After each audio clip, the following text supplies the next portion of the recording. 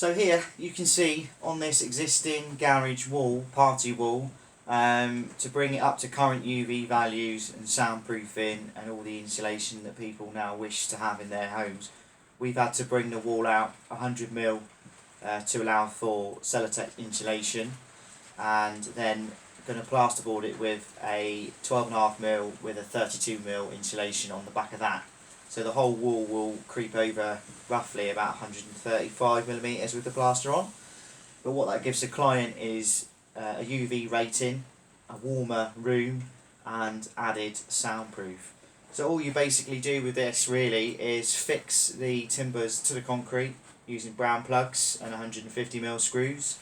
Every 600 centres, doesn't have to be structural, it's not a structural wall, it's just basically bringing the wall out to allow for the insulation values. So I just fix them where I'm comfortable with my SDS drill. I don't get a tape measure out and measure the screw fixings. It's pretty standard really, each to your own really.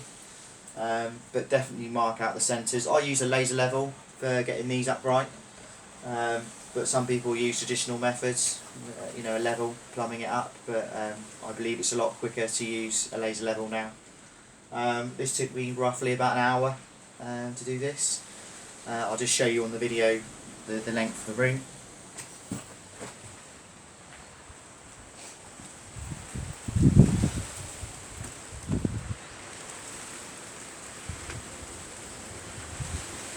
And then eventually we'll do a suspended ceiling above, so we don't affect the asbestos.